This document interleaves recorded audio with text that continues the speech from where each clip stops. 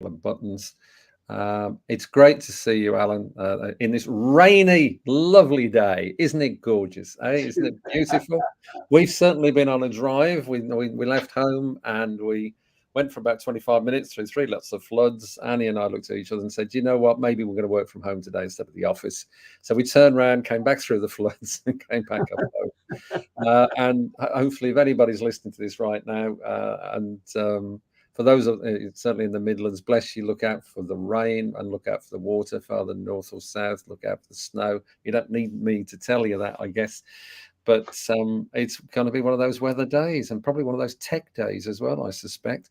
So we're going to talk about strategy. Just before we do, I'd like to just mention a couple of things, and that is I've just put a QR code up at the front there, and that's because on Thursday, a lady called Anna Simpson and I are running a webinar for 60 minutes, which will be at 10:30 in the morning. And again, if it's as wet as this, maybe watching a webinar would be a good move.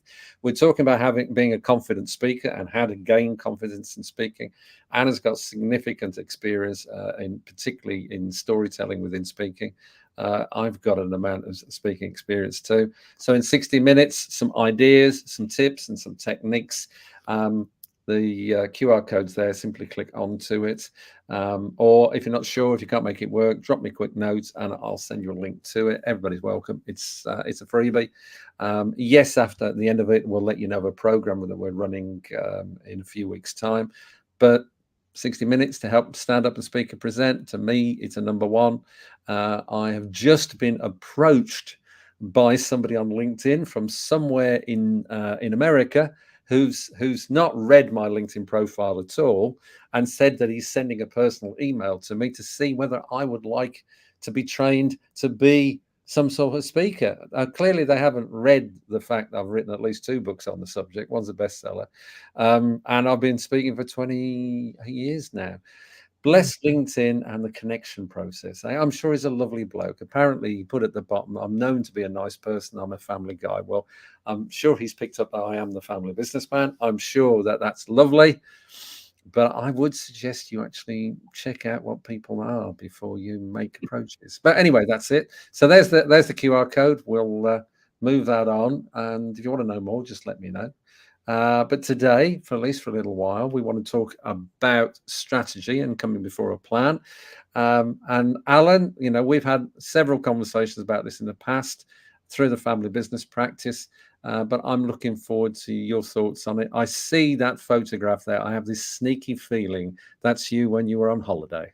Yes, you're right. You're right. Up and out. I was up and out. So for the uninitiated, why not let people know where that is? Oh, that's Switzerland, above. Oh, yes, near a place called. You might have come across a place called Wengen, where they have a ski race in January. World Cup ski race. Well, it's not far from Wengen. Where I am there. And it's a place you've been going to for many years, isn't it? So I know yes, you have love for it. I certainly like the look of it more with green grass than snow because I'm not a snow person. So. No. We when we went there, it's a long story. I'm not going to bore you with, but we were on the other side of the valley. There's a valley to my left, no, to my right rather, and on the other side of that valley, there's a viewpoint looking back across at the mountains, and that was our first trip there 20 years ago. And we said, oh, well, we've just come and looking a little enthusiastic and looking at the great views. And the people said, oh, yes, we came 20 years ago and we've been coming for 20 years. Amazing, isn't it? And so it's just an amazing place for us anyway. It's a bit like us in the Centre Parks with kids and grandkids and meeting people, and it's a similar thing, really, isn't it? Yeah. It's where your heart is. That's the important thing. However, heart and strategy for business, is that the same thing? I don't know, really. Anyway, it's over to you, Alan. Why not? Let's talk about strategy. And again, as I said, if people have got comments, make some comments in the commentary box, and I'll pick up on them later on. Alan, over to you. Thank you very much. Well, hello, everybody. I have to say that I had strange feelings about strategic planning and wasn't very linked to it. Last year I came across a book, which I shall refer you to later, by a man called Roger Martin, and I thought, hey, this makes sense. This is really good. So I've been working on it ever since, and get moving to help develop my business. Now, so strategy comes before a plan. Yes, there's a story I heard many years ago about some consultants who had been hired, strategic consultants, to create a strategic plan, which is the convention in all the business schools. And they at the end of the year, they came to the CEO and presented it to the CEO, a strategic plan with due ceremony, in exchange for a very large check. And the CEO took it in gratefully and then filed it until next year. Because it's some of these strategic plan approaches don't really engage people.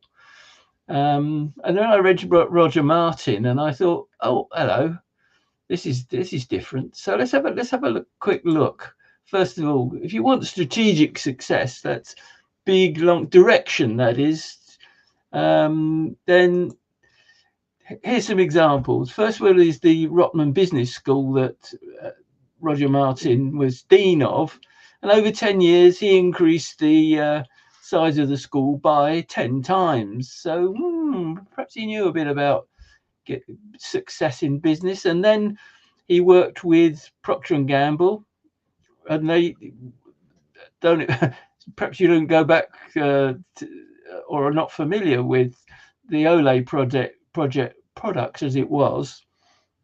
And it was for more people of more advanced age who wanted to work on their wrinkles. And Procter & Gamble decided that they wanted to move to a smaller market, the 30 to 50 market, and it was going to be a prestige mass market model, hence Mastige range.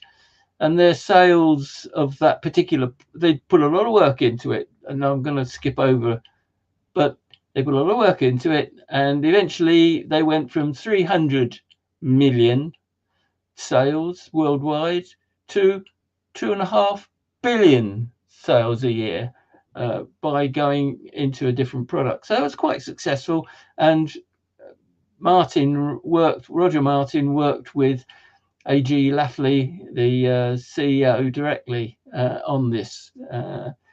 And also, I just thought I'd bring in Southwest Airlines at this point. Southwest, they had a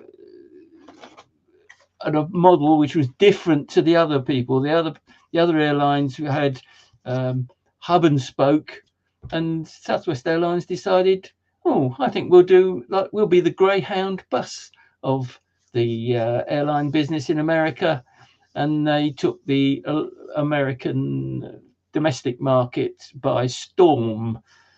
So there's examples of strategic success. And one of the things about strategic planning is you get the 1-year plan and the 3-year plan and the 5-year plan.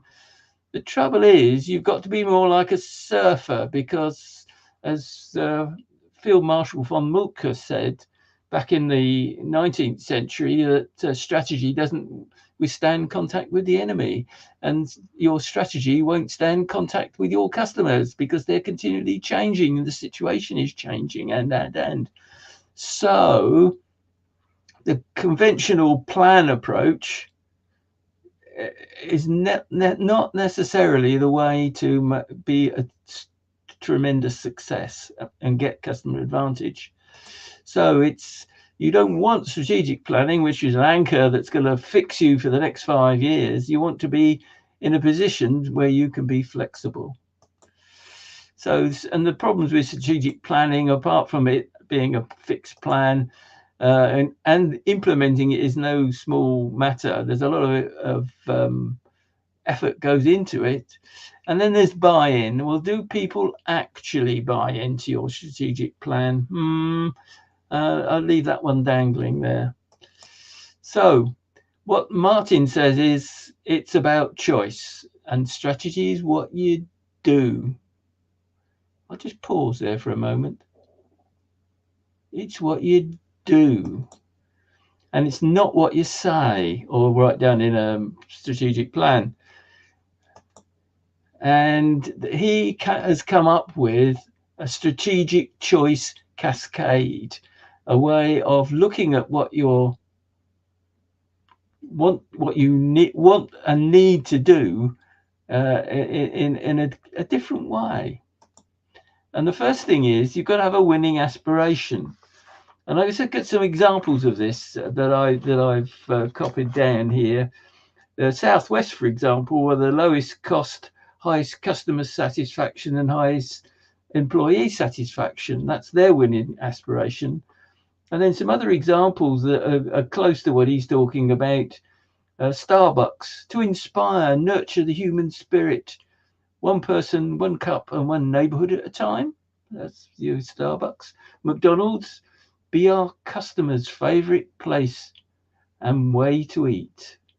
And finally, Nike here, to bring inspiration and innovation to every athlete in the world. And so that's some, and by athlete they mean anybody who puts on a pair of trainers, basically. So winning aspiration, it's going to be the guiding purpose of your business, and you need to have worked out what that is. Think about Southwest Airlines, thinking about how different they were in the way they approached the market.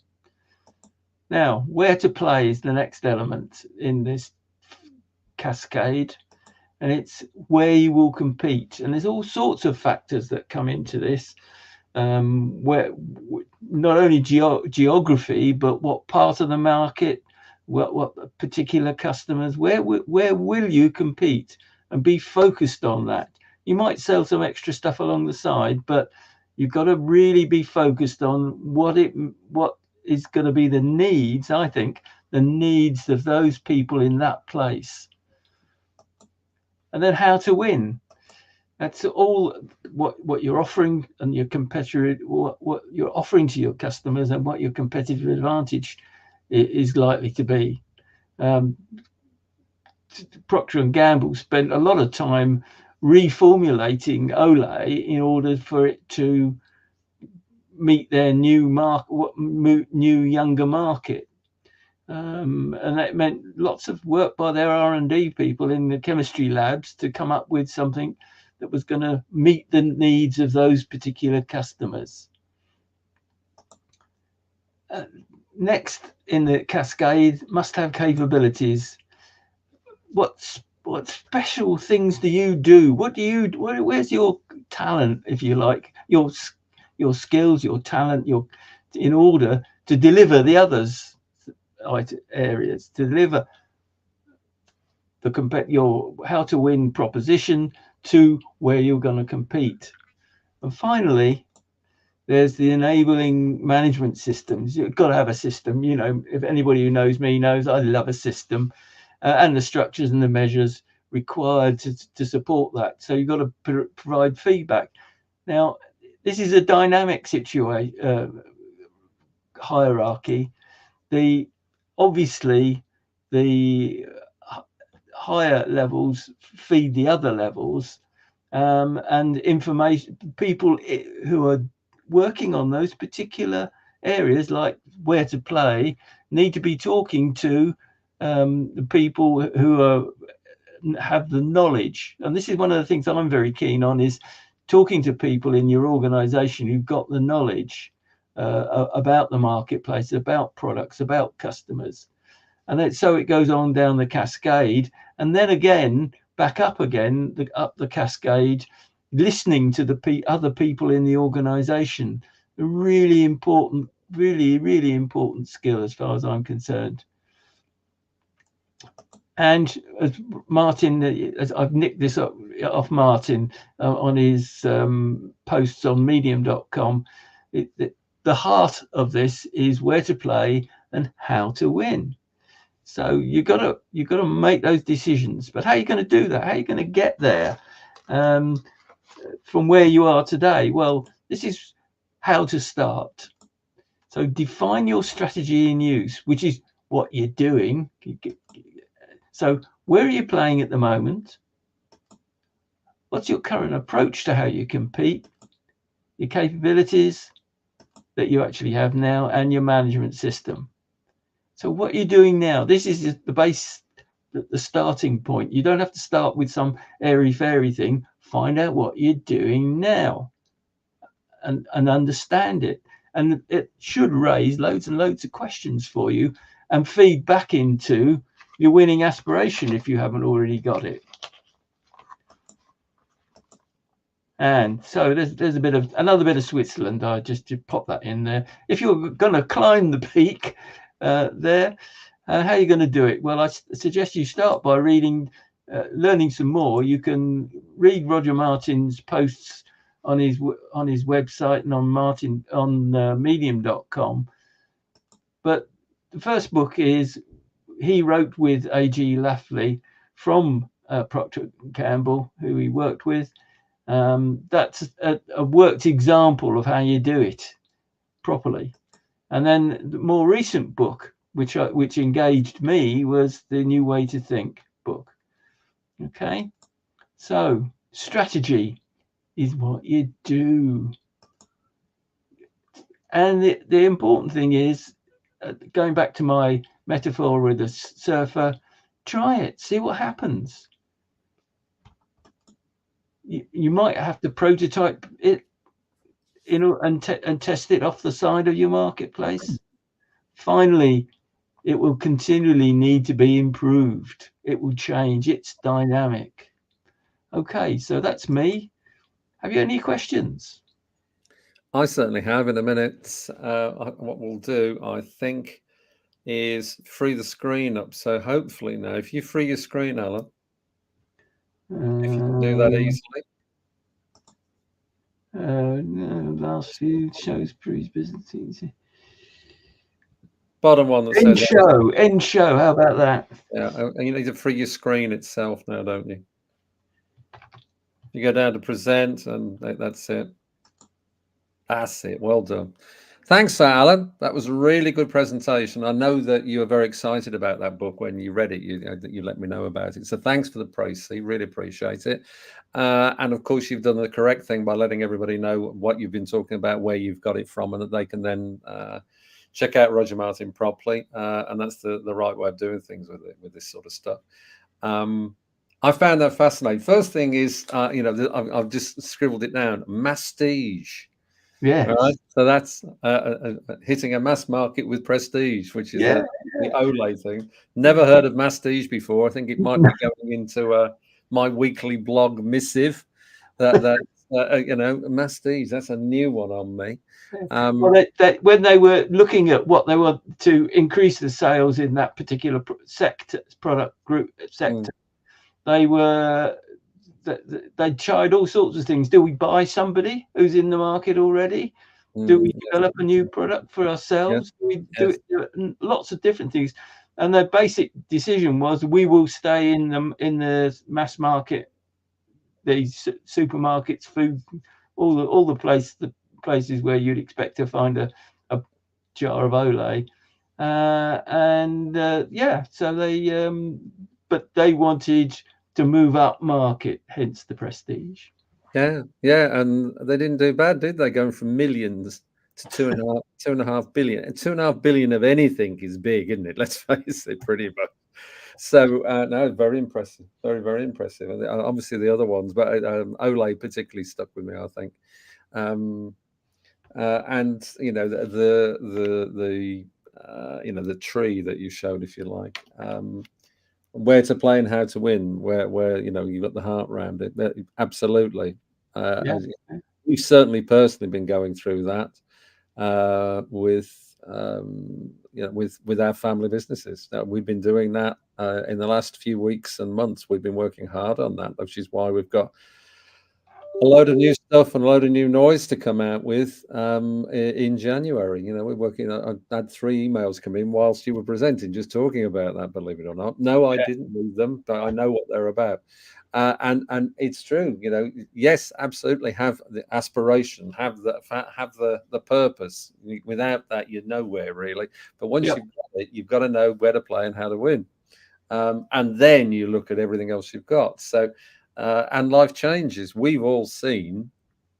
We saw a major change 3 and a bit years ago. You know, when we got locked down, and we've got major change going on now. And changes. Change is the one constant, isn't it? Yeah. One of the things that, and probably not for small and medium-sized businesses, but for large-sized businesses, Martin talks about having the cascade down at different levels within. If you have divisions in an organization, they should have their own strategy. So that structure applies not just for the whole organization, it applies to individual business units, if you like. Yes. Yeah. It's interesting that they're using Cascade because there's nothing new in business, really. I don't think. Very just occasionally something new comes up, and you go, "Wow!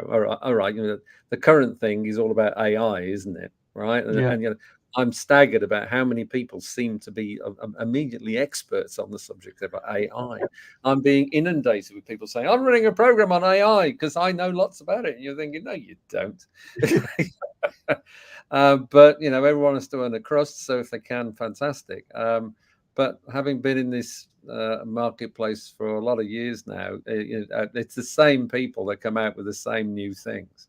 And it's interesting. I mean, I'm just looking at the questions currently on Facebook here at the minute. One of the questions that have been asked here is, do you see what he has written as new, or do you see it as just a different way of looking at it?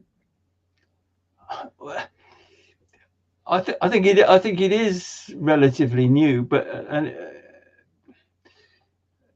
when you look at the way people, how can I put this? But what I think the best way of describing how new this is, relatively new, I